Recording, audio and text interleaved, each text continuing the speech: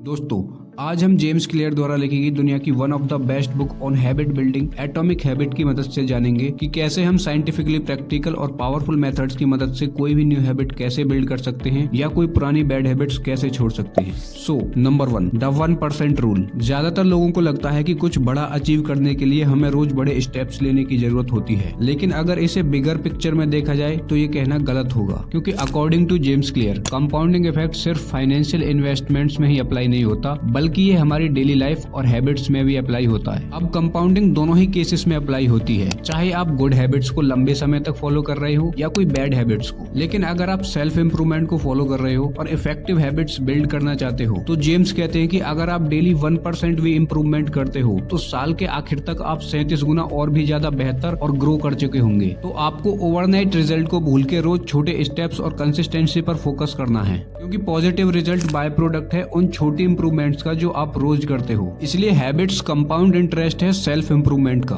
हाँ, अगर रोज देखा जाए तो हमारी हैबिट्स का इम्पैक्ट हमें ना के बराबर दिखता है, लेकिन थोड़े बड़े विजन के साथ देखा जाए तो यही हैबिट्स कुछ हफ्तों में, महीनों में या कुछ सालों में अपना इम्पैक्ट दिखाती हैं, और तब रिजल्ट्स बहुत ज्यादा बड़े और विजिबल होते हैं, इवन कभी कभार तो हमारी उम्मीद से भी ज्यादा। Number 2, forget about the instant results. इस इंस्टेंट ग्रेटिफिकेशन वाली दुनिया में हमारे लिए अपनी हैबिट्स को लॉन्ग टर्म के लिए फॉलो करना इसलिए मुश्किल हो गया है क्योंकि instant product delivery, instant information, instant content और कुछ ही क्लिक्स में इंस्टेंट सब कुछ पाने की वजह से हमारा ब्रेन इंस्टेंट ग्रेटिफिकेशन और इंस्टेंट रिजल्ट्स के लिए वायर्ड हो चुका है। लेकिन अगर वही डिलेड ग्रेटिफिकेशन जैसी सोच और आदत को अपना लेते हैं तो हम जेम्स क्लियर के प्लेटी ऑफ लेटेंट पोटेंशियल को समझ पाएंगे। हमें प्रोग्रेस का रास्ता बहुत ही सीधा और लीनियर दिखता है, लेकिन असल में ये रास्ता लंबा, टेढ़ा और उम्मीद से बिल्कुल अलग होता है। ऑथर कहते हैं कि हैबिट्स तब तक कोई विजिबल रिजल्ट शो नहीं करती जब तक हम एक थ्रेशोल्ड ब्रेक नहीं कर लेते, और इसमें काफी लंबा समय लगता है। और इस लंबे टाइम पीरियड में हम कई बार डिमोटिवेटेड हो जाते हैं, तभी हम अपने काम को, लक्ष्य को या हैबिट को बीच में ही छोड़ देते हैं कोई भी रिजल्ट ना मिलने पर। तो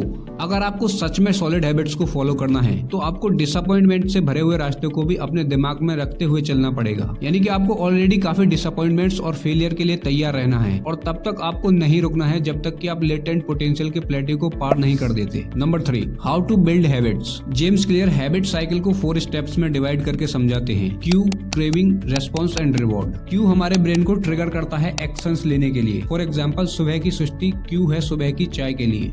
क्रेविंग उस काम को करने या हैबिट के लिए मोटिवेशनल फोर्स प्रोवाइड करती है, जैसे चाय के बाद एनर्जी या चाय की खुशबू आपके लिए क्रेविंग है। रेस्पॉन्स वो हैबिट्स और एक्शंस हैं जो हम करते हैं, आपका चाय बनाना या चाय बनवाना हुआ रेस्पॉन्स। और रिवॉर्ड होता है एंड गोल हर एक हैबिट का, यानी कि फीलिंग अवेक, एनर्जी और चाय पीना हुआ आपका रिवॉर्ड। पहले के 2 स्टेप्स क्यू और क्रेविंग प्रॉब्लम बेस्ड फेज होती है, और लास्ट के 2 स्टेप्स यानी कि response and reward solution based phase है। ये हैबिट साइकिल आपकी गुड और बैड हैबिट्स दोनों पर अप्लाई होती है, और जेम्स कहते हैं कि 4 लॉज ऑफ बिहेवियर चेंज इसी साइकिल से इन्फ्लुएंस होकर निकलते हैं। Number 4, 4 laws of behaviour change. First law, make it obvious, apply होता है आपके क्यू पे। Second law, make it attractive, apply होता है आपकी क्रेविंग पे। Third law, make it easy, apply होता है आपके रेस्पॉन्स पे। और last 4th law, make it satisfying, apply होता है आपके रिवॉर्ड पे। तो फॉर एग्जाम्पल, चलो मान लेते हैं कि आपको बुक रीडिंग की हैबिट डेवलप करनी है, तो आप मॉर्निंग में अपने बेड के पास एक बुक रख सकते हैं, जिससे ऑब्वियस हो जाएगा कि जब आप रात को बेड पर सोने जाएंगे तो आपको बेड के साइड में बुक दिखाई देगी, और आराम से ब्लैंकेट में लेटे लेटे बुक को कंफर्टेबली पढ़ सकना आपके लिए अट्रैक्टिव होगा, कंपेयर टू सेल्फ से जाके बुक को निकालने या डेस्क पर बैठकर पढ़ने के। और रोज एक चैप्टर खत्म करने से आपको सेटिस्फेक्शन भी मिलेगी। लेकिन वहीं अगर आपको कोई हैबिट ब्रेक करनी है तो आपको इन लॉज का बिल्कुल उल्टा करना होगा। फॉर एग्जाम्पल, अगर आपको सिगरेट छोड़नी है तो फर्स्ट आपको उसे इनविजिबल कर देना है, यानी आपको उसे खरीदना ही नहीं है। सेकंड,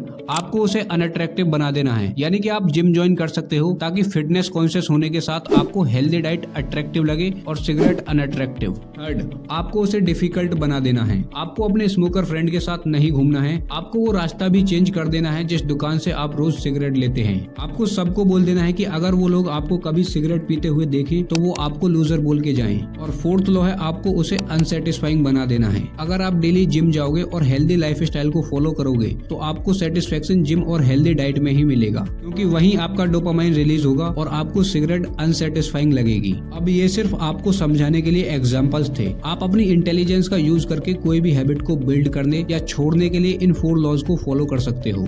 तो अगर आपको ये वीडियो अच्छी लगी तो वीडियो को लाइक और चैनल को सब्सक्राइब करके हमारा उत्साह बढ़ाएं और बेल नोटिफिकेशन को ऑन कर दें ताकि आप आने वाली वीडियोस को मिस ना कर पाएं।